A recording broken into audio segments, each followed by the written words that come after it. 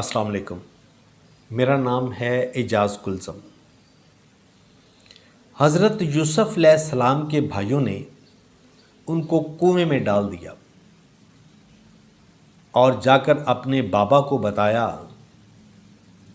कि उनको भेड़िया खा गया है।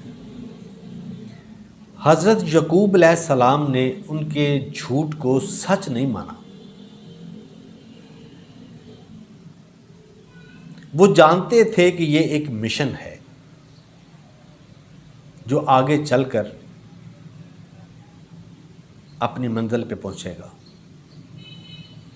वहाँ से किसी ने आपको कुएं से निकाला और मिस्र के बाज़ार में चंद दरम के एवज़ बेच दिया।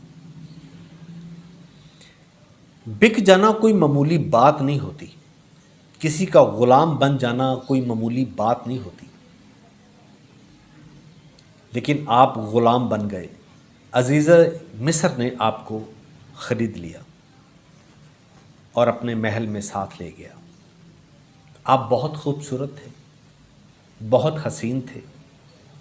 जो लोग आपसे गुफ्तगू करते थे, आपसे मिलते थे, आप पर फ़िदा हो जाते थे। हज़रत यूसुफ़ अलैहिस्सलाम एक बहुत बुलंद पाया शख्सियत थे। एक ख़ास मिशन था अल्लाह की तरफ से जिसको पूरा करना था और वो जानते थे। इस ग़ुलामी के साथ साथ उनको बहुत सारी मुश्किलात आई, बहुत सारे मुश्किल फ़ैसले करने पड़े,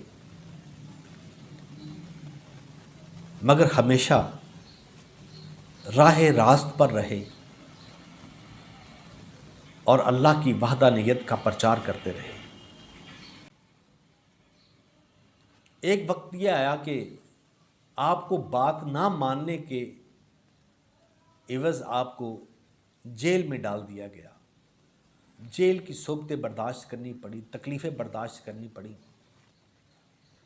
लेकिन दाना खाक में मिलकर ही गुलो गुलजार होता है।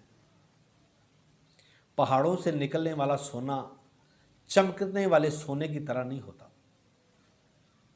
उसको पीटा जाता है, उसे आग में दिया जाता है, फिर जाके वो चमकीला और खूबसूरत सोना बनता है।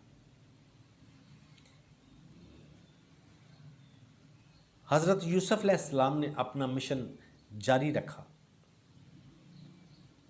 अल्लाह का बताया हुआ निज़ाम राइज करने की कोशिश की और यहाँ तक कि लोगों के दिलों में आपकी मोहब्बत बैठ गई।